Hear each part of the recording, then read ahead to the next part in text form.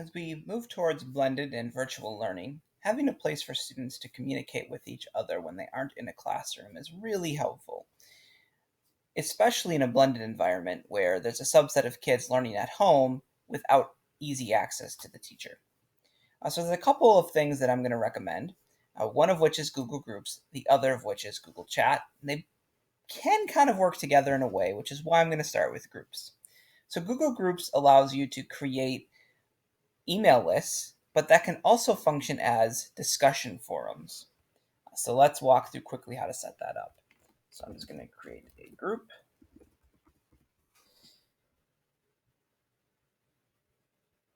And then for privacy settings, you really want to limit things to group members, who can join the group, just people who are invited, and then who can post, just group members. And I'm going to quickly add a couple of people here. If you have a list in a spreadsheet, you can just paste them and it'll add them all.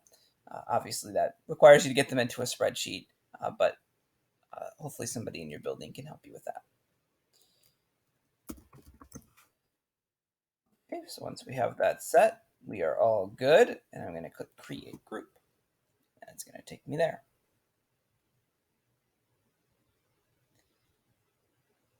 Alrighty.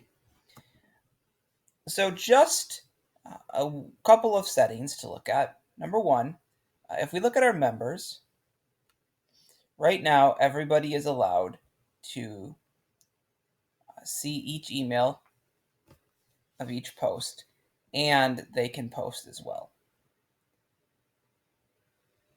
You can choose that for students that their posts are moderated so that somebody is checking for them.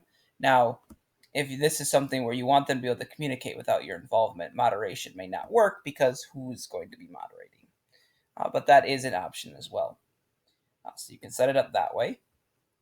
And then as we go into group settings, there's a lot of the stuff we had set already.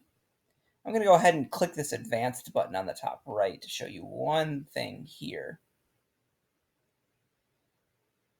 So member privacy, we want to make sure that who can contact group owners, just make it group members.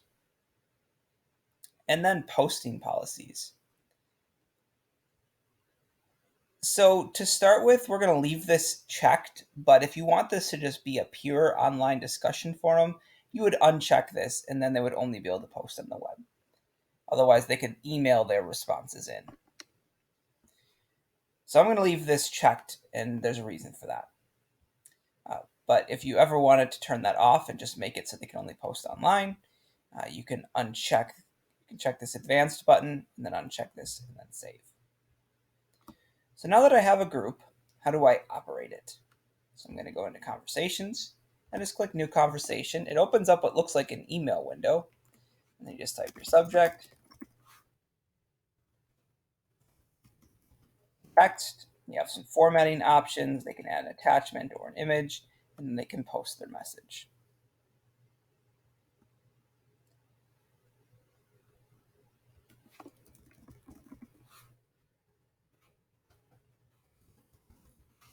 And so on and so forth. So they'll get posted, and they come in looking like this.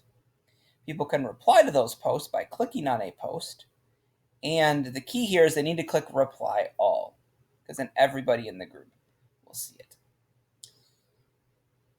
Otherwise, what happens is it will email them. Post our message, and then you can see the response and what it was responding to. So it's not super excellent in terms of its threading in that it's just going to mainly look like this. And really the way to keep track is what message it was responded to. So then things can be posted out here and responded to, and it works kind of like a forum. So that's one option. Option number two would be to check out Google Chat. So Google Chat is a place where you can create essentially what amounts to a chat room that allows for posting of just general comments. You can attach Drive files. You can launch Google Meet from right inside of a chat. And both chat and groups is monitored by Vault and some of the other services that the district uses for monitoring technology and appropriate use. So you know that kids are being monitored while they're out on these services.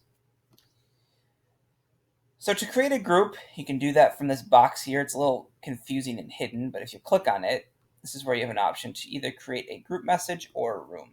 I would recommend making a room that you can just reuse every year if you wanted to. So if you're teaching sixth grade ELA, you make a sixth grade ELA your last name room, and then just add your students into that. So I already have a couple rooms I made, just these test rooms. So to add people, you click on this button. Now, unfortunately, they don't make it really easy to add a lot of people at once. You can't just paste a batch of emails, but you can use a Google group, which we just made. So we have this test group, and we left it so that you could post via email, which will allow this to work, and we can invite all of our students at once that way.